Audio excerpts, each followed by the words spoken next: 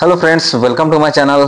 दोस्तों, आज के समय में आप देखिएगा, हर दूसरे इंसान को पेट से जुड़ी कुछ ना कुछ प्रॉब्लम रहती है। चाहे वो गैस हो, एसिडिटी हो या तो दर्द हो, कुछ ना कुछ प्रॉब्लम रहती है। तो दोस्तों, आज हम बात करेंगे एक कॉमन और एक डेंजरस प्रॉब्लम के बारे में, जिसका नाम है स्टमक अल्सर के बारे में। तो वीडियो को देखते रहिएगा और चैनल को सब्सक्राइब करना ना भूलिएगा। दोस्तों, पहले तो ये समझिए कि स्टोमक अल्सर होता क्या है। पहले ये समझना जरूरी है।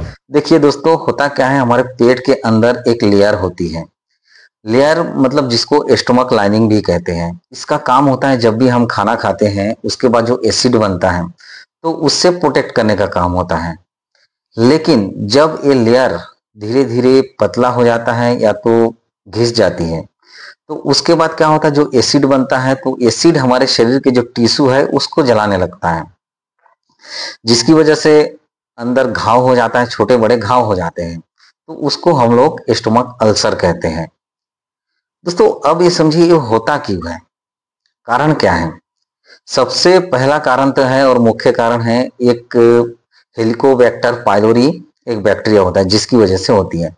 ये मुख्य कारण है। उसके बाद होता है मसालेदार खाना, स्पाइसी खाना, ऑयली खाना और अल्कोहल बहुत मात्रा में सेवन करना और साथ में तंबाकू का सेवन करना। इसकी वजह से भी ये प्रॉब्लम आती है। एक स्ट्रेस और टेंशन, ये भी एक कारण इसके लिए हो सकता है। दोस्तों, कुछ लोग होते हैं जो खाली पेट रहते हैं, मतलब खाना बहुत कम खाते हैं, जिनका स्टोमक एम्प्टी रहता है, खाली रहता है। इसकी वजह से भी स्टोमक अल्सर बढ़ने के चांसेस रहते हैं। दोस्तों, अब बात करेंगे इसके लक्षण के बारे में। अगर आपको स्टोमक अल्सर है तो इसमें क्या क्या लक्षण दिखते हैं उसके बारे में जानना जरूरी है। दोस्तों, इससे क्या होता है, पेट में बहुत ज्यादा जलन और दर्द होता है। अब जब भी खाना खाएंगे पेट में उसके साथ साथ जलन भी होगा और दर्द भी होगा। कुछ मसालेदार चीजों को लेंगे तो बहुत ज्यादा जलेगा, दर्द होगा, मतलब खाने में बहुत ज्यादा तकलीफ होती है। इसके साथ साथ जैसे आप खाना खाते हैं, खाना खाने के बाद थोड़ा सा भी खाना खाते हैं तो आपको पेट भरा भरा लगता है, तो ऐसी प्रॉब्लम भी आती है। कभी कभी क्या होता है, जैसे स्टूल के साथ खून भी आता है, स्टूल का रंग काला हो जाता है, साथ में खून भी आता है। ये सारे लक्षण इसमें दिखते हैं। दोस्तों, अब बात करेंगे इसके इलाज के बारे में। ये सबसे जरूरी बात है कि इसका इलाज क्या है। दोस्तों, स्टोमक अल्सर का जो इलाज है वो डिपेंड करता है कि स्टोमक अल्सर जो हुआ है वो किस वजह से हुआ है, उसके रीजन के ऊपर डिपेंड करता है।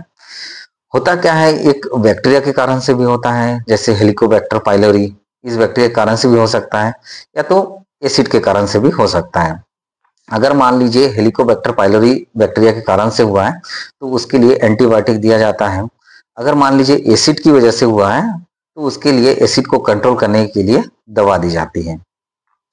तो सबसे पहले बात करेंगे हेलिकोबैक्टर पाइलोरी बैक्टीरिया के, अगर इसकी वजह से हो रहा है तो दोस्तों इसमें डॉक्टर जो है ट्रिपल थेरेपी देते हैं। जैसे पहला तो एमोक्सी 500 कैप्सूल देते हैं, जिसमें एमोक्सिसिलिन 500 कैप्सूल 500 पाया जाता है। इसको सुबह शाम खाने के लिए देते हैं। साथ में क्लाथ्रियोमाइसिन 500 mg जो एंटीबायोटिक्स है, इसको भी सुबह शाम देते हैं, मतलब बीडी डोज रहता है।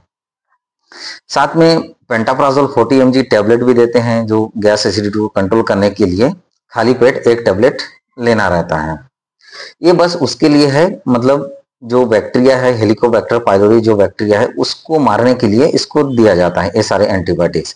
इसके अलावा अगर मान लीजिए एसिडिटी की वजह से ये प्रॉब्लम हो रही है तो उसके लिए भी अलग अलग ट्रीटमेंट इसमें दिया जाता है, जिसको नॉन बैक्टीरियल अल्सर भी कहा जाता है। इसके लिए डॉक्टर प्रिस्क्राइब करते हैं, जैसे पेंटाप्राजोल 40 mg या तो ओमेप्राजोल 20 mg एक टाइम खाली पेट में इसको देते हैं, सुबह देना पड़ता है। साथ में इसको एक सुक्रालफेट का सिरप आता है, सुक्रालफेट सिरप, इसको सुबह दोपहर रात 3 टाइम भी दे सकते हैं, या तो पेशेंट के कंडीशन के ऊपर इसको 2 टाइम भी देते हैं। इसको खाना खाने के 1 घंटे पहले 10 ml करके देना रहता है, सुक्रालफेट सिरप। कभी कभी एंटासिड सिरप भी देते हैं। एंटासिड सिरप मतलब जैसे जेलुसिल हो गया, डाइजिन हो गया, ये सारे एंटासिड सिरप है, इसको भी देते हैं एसिड को कंट्रोल करने के लिए, इसको दिया जाता है। ये जरूरत पड़ने पर ही देते हैं, नहीं तो अगर दवाई से काम चल रहा है तो उसी में कंट्रोल हो जाता है। दोस्तों, एक रेनिटेडिन का टैबलेट आता है जो एसिलॉक के नाम से भी आता है मार्केट में, रेंटेक के नाम से भी आता है। इसमें 150 mg आता है 300 mg में भी आता है। इसको भी एक टाइम अगर रात को पेट में बहुत ज़्यादा जलन या तो दर्द हो रहा है तो ऐसे कंडीशन में इसको प्रिस्क्राइब करते हैं। अगर ज़्यादा है तो उसमें 300 mg भी देते हैं, अगर कम है तो 150 mg भी इसमें दिया जाता है। ये मेडिसिन पेट के एसिड को कंट्रोल करते हैं और साथ में जो घाव है उसको भरने का भी काम करता है। दोस्तों कुछ डाइट और लाइफ स्टाइल है जिसको आप फॉलो करके इसको आप कंट्रोल कर सकते हैं। दोस्तों आप खाने पे मसालेदार चीज़ों को कम करिए, साथ में पानी ज़्यादा मात्रा में लीजिए। जैसे आप नॉनवेज खाते हैं तो नॉनवेज बहुत ज़्यादा मसालेदार रहता है, स्पाइसी रहते हैं, तो इस चीज़ों को आपको कंट्रोल करना है।